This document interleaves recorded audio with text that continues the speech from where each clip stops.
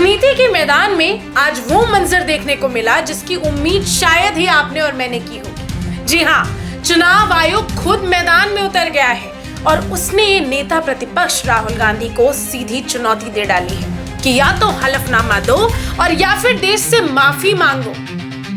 हलफनामा देना होगा या देश से माफी मांगनी होगी, तीसरा विकल्प नहीं। सही सुना आपने, माफी मांगने की बात कही। अब जरा सोचिए कि भारत का चुनाव आयोग जो आमतौर पर अपने कामकाज से ही जवाब देता है, उसने पहली बार प्रेस कॉन्फ्रेंस बुलाकर हर सवाल का सीधे सीधे जवाब दिया। और वजह क्या थी? राहुल गांधी का आरोप, वो भी वोट चोरी का। राहुल गांधी कह रहे हैं कि लोकसभा चुनाव में इंडिया गठबंधन जीता, लेकिन 4 महीने बाद विधानसभा में उसी महाराष्ट्र में हमारा गठबंधन साफ क्यों हो गया?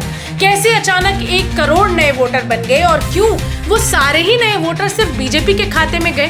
तो क्या ये चुनाव आयोग की मिलीभगत से हुआ?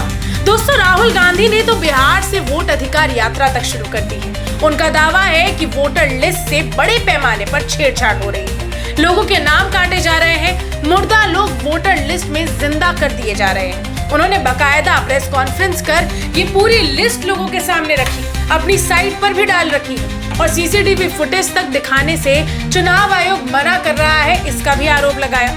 लेकिन अब सुनिए चुनाव आयोग की दलील। मुख्य चुनाव आयुक्त ज्ञानेश कुमार ने प्रेस कॉन्फ्रेंस में साफ कह दिया कि ये आरोप झूठे हैं, निराधार है। वोट चोरी कहना संविधान का अपमान है। अगर आपके पास सबूत है तो हलफनामा दे, वरना जनता को गुमराह करना बंद करो और देश से माफी मांगो। यही कहा उन्होंने। हलफनामा देना होगा या देश से माफी मांगनी होगी, तीसरा विकल्प नहीं। आपके माध्यम से मैं ये भी कहना चाहता हूँ, अगर 7 दिन में हलफनामा नहीं मिला तो ये सारे आरोप निराधार हैं। सिर्फ इतना ही नहीं, उन्होंने ये भी कहा कि पिछले 20 साल में बिहार में कई बार स्पेशल इंटेंसिव रिवीजन यानी SIR हुआ है। इस बार भी 90,000 BLO घर घर गए और 7 करोड़ से ज्यादा लाख लोगों से मिलकर किया है।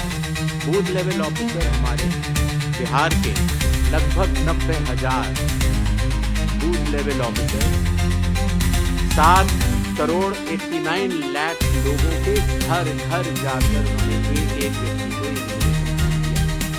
जहां डुप्लीकेट वोट मिले, जहां मृतक नाम मिले, वहां सुधार भी हुआ।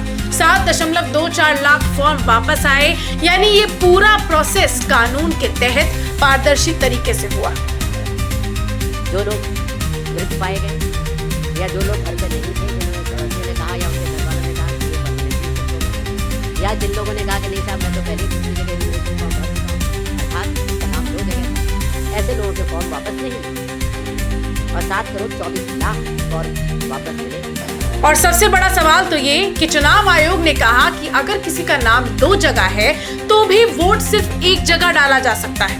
डबल वोट डालना अपराध है और उसके लिए कानून पहले से ही मौजूद है।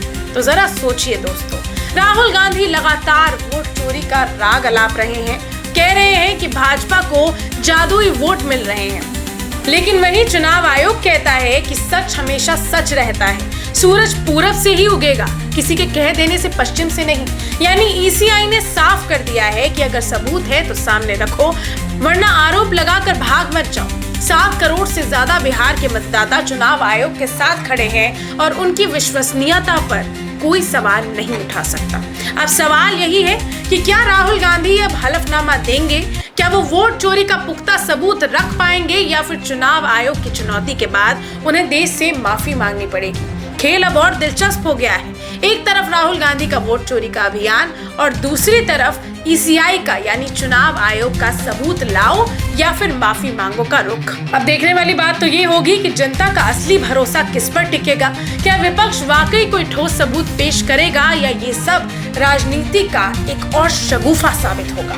दोस्तों, जवाब तो आने वाले दिनों में मिलेगा ही, लेकिन इतना तय है कि वोट चोरी विवाद ने भारतीय राजनीति में भूचाल जरूर ला दिया है। लेकिन इस मामले में पूरा आपका क्या कहना है? आपको क्या लगता है, क्या राहुल गांधी के आरोप सही है या ECI का जवाब? आप हमें कमेंट्स में जरूर बताएं और जुड़े रहिए हमारे साथ।